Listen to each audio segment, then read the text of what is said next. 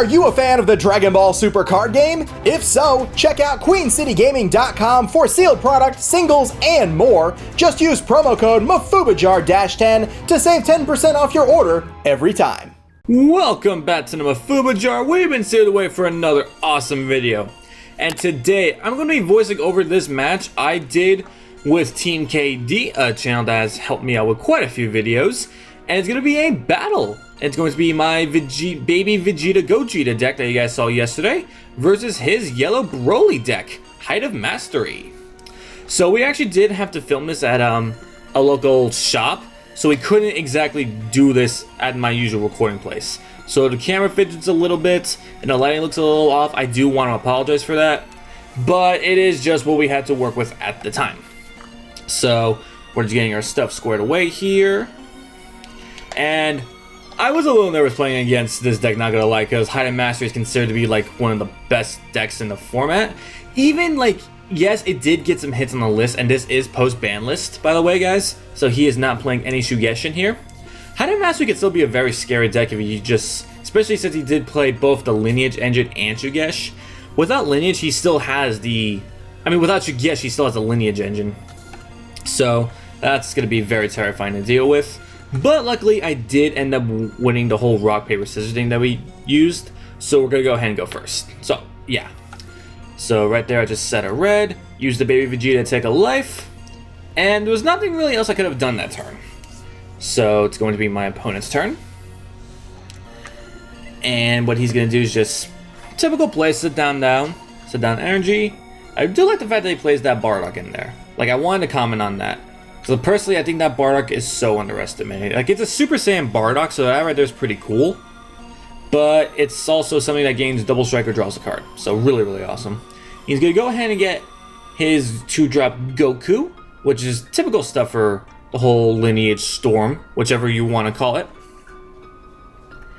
And, yep, he looks like he's just going to have to not do much else. Most he got to do is just attack, which he is going to. And I see no reason to try to stop that attack. So he goes ahead and just takes his life, draws his card. And yeah, just took my life there. As I said, there's really no reason not to. So I went ahead and drew. And I'm going to go ahead and set my multicolor Gogeta energy down. And since it does have energy exhaust, I was forced to put it down in rest mode. But I keep saying that is completely justified to make energy exhaust on all multicolor cards, because if there ever becomes a multicolor that does not have energy exhaust, that's just gonna be insane. Like, I know we're getting some ways to put down multicolor energies without putting in a rest mode, but there's some stipulation behind it at least. Like, there's conditions that have to be met. But yeah, I feel that the energy exhaust has to always be there. Now my opponent's gonna go on with his turn. And he is also playing a little bit of that Broly and the yellow Broly engine. Personally, I think that's such an underestimated engine, because it's able to keep things in rest mode, including leaders. So that right there could just do so much damage when played correctly.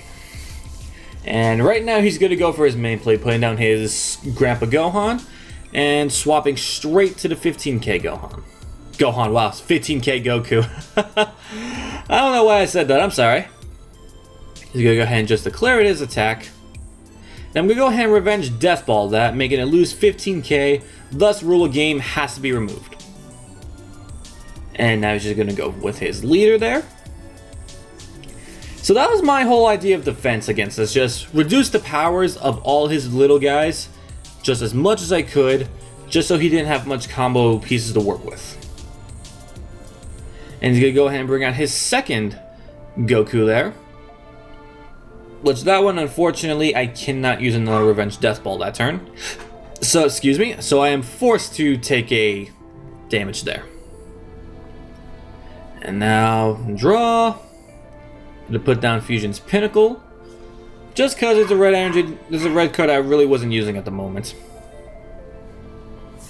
So I go ahead and just attack his leader. And at this point, I just play another Death Ball. So I really want to get rid of that. Plus it boosts me by 10k, so definitely helpful. And then from here on, I'm pretty sure there wasn't much else I did. So yeah, I'm just gonna go ahead and pass my turn. And now my opponent's going to be making his moves.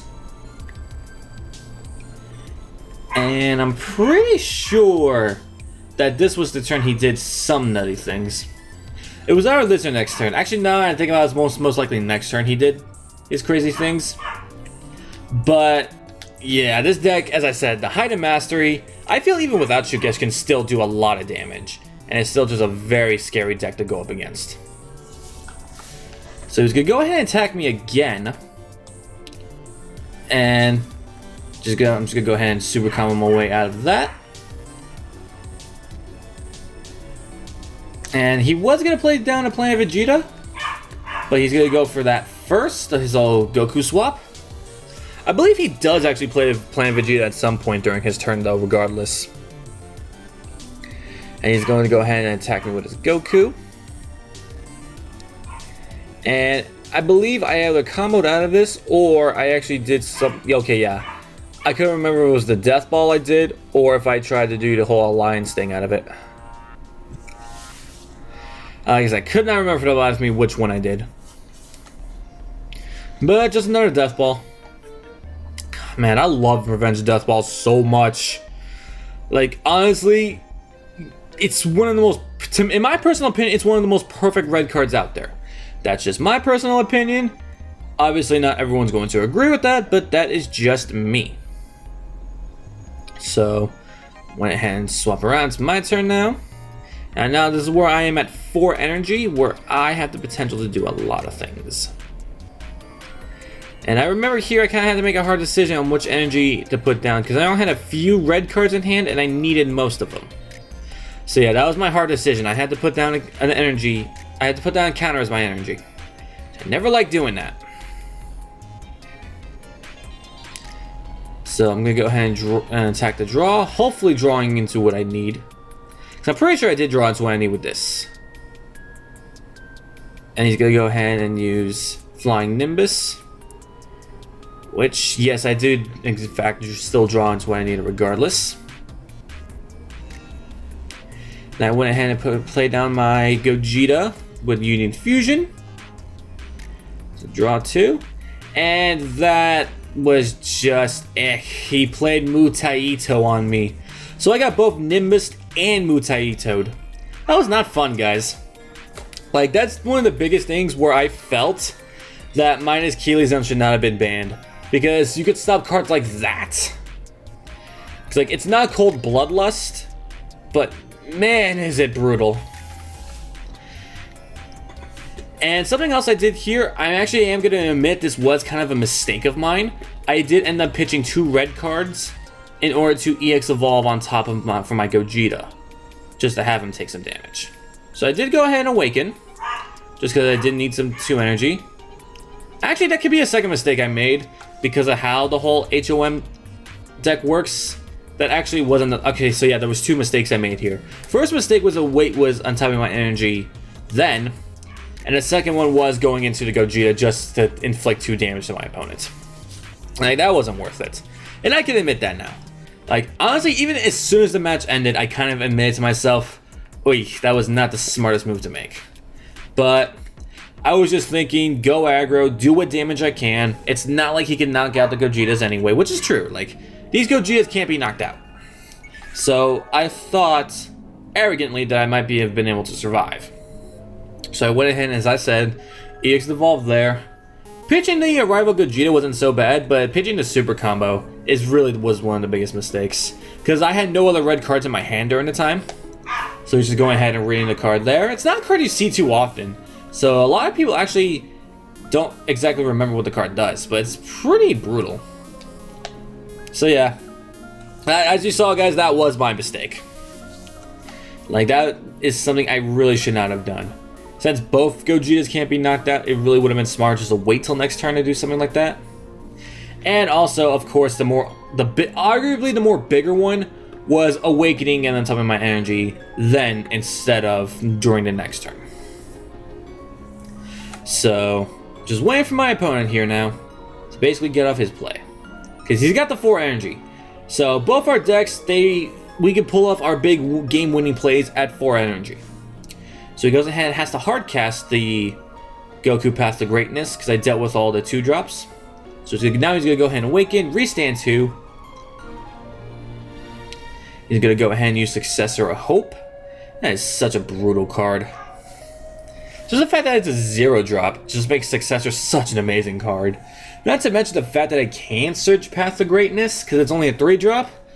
Oh my god. Like, that was just amazing.